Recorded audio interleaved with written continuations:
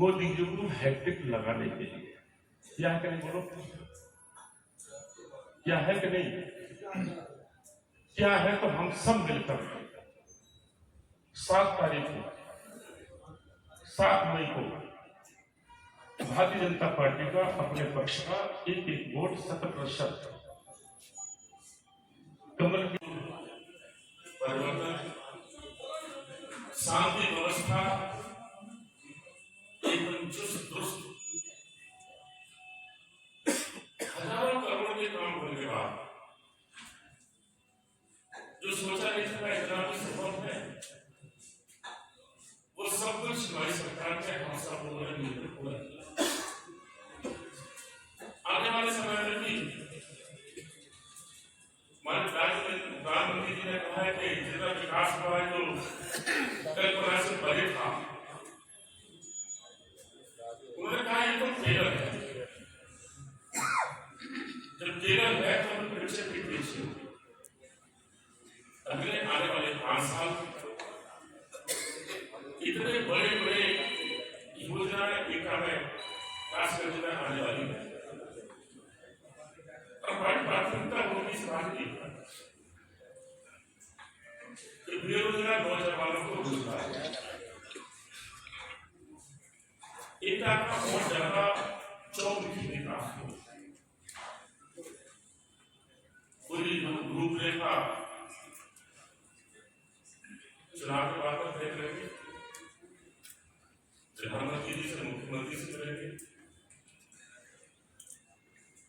और जो मूलभूत आवश्यकता है इनका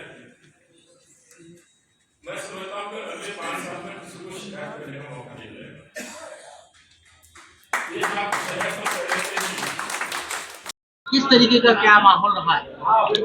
देखिए, कासगंज में भी मीटिंग हो गई, यहाँ भी मीटिंग हो गई और कई जगह और मीटिंग हो चुकी है और सभी समाजों के साथ मेरी बैठक हो चुकी है। सभी लोगों ने भारतीय जनता पार्टी को और माननीय प्रधानमंत्री जी को हैट्रिक लगाने के लिए संकल्प लिया है और मैं समझता हूँ कि शायद ऐतिहासिक जीत एटा की होगी। हम बोले आपने जो है बूथ लेवल से लेके पन्ना प्रमुख तक से लेके और जो शक्ति केंद्रों तक ध्यान केंद्रित किया है, किस तरह की आपकी प्लानिंग चल रही है? देखिए, हमारे यहाँ बूथ अध्यक्ष है, उससे भी छोटी इकाई हमारी पन्ना प्रमुख है। हर 50 वोट पर हमारा एक व्यक्ति बैठा हुआ है, उसकी वो चिंता करेगा और अपने जो पन्ना है उसके प्रति एक वोट को डलवाने का प्रयास करेगा, जिससे हमें बहुत बड़ी सफलता मिलेगी। सांसद जी, आपके 2 चुनाव में बाबूजी का आशीर्वाद रहा था, इस बार बाबूजी नहीं है, तो किस तरीके क्या कुछ आप मिस कर रहे हैं और कैसा उनसे मार्गदर्शन मिलता रहता था चुनाव के दौरान, क्या कहेंगे उनको लेकर? देखिए, बाबूजी की कमी मुझे क्या बहुत लोगों को खलेगी, लेकिन बाबूजी के जो आदर्श थे, जो उनके गुण थे, जो उनके आचार विचार थे, उसके आधार पर हम लोग चुनाव लड़ते हैं और सबको सफलता मिलती है। क्या आपको लगता है कि ऊपर मोदी जी और योगी जी के लिए आप वोट मांग रहे हैं, यहाँ अपने लिए भी मांग रहे हैं, तो पूरा कितना आंकड़ा रहने वाला है सीटों का? देखिए, 400 पार का जो नारा दिया था, निश्चित रूप से 400 पार का नारा पूरा होगा। मैं 2014 की बताता हूँ कि प्रधानमंत्री जी ने कहा था कि हम सरकार बीजेपी की बनाएंगे और बना दी। 2017 में कहा था उत्तर प्रदेश के अंदर के हम 300 पार करेंगे, हमने 375 पार किए। 2019 में भी नारा दिया था कि 300 पार और हम लोगों ने 303 प्राप्त की और इस बार माननीय प्रधानमंत्री नारा दिया है कि 400 पार, तो निश्चित रूप से हम लोग 400 पार करेंगे। एटा जनपद और कासगंज जनपद के जो आपके लोकसभा क्षेत्र के मतदाता हैं, उनसे क्या अपील करना चाहेंगे? देखिए, मेरी अपील यही है कि इस देश को और ज्यादा सशक्त करने के लिए माननीय प्रधानमंत्री जी को हैट्रिक लगवानी है और जो गरीब कल्याण की योजनाएं चल रही हैं इसको आगे तक और चलती रहें और ये देश बहुत ताकतवर बन जाए और ये योजनाएं जो और नई आने वाली हैं वो भी इस देश के गरीब लोगों को मिले।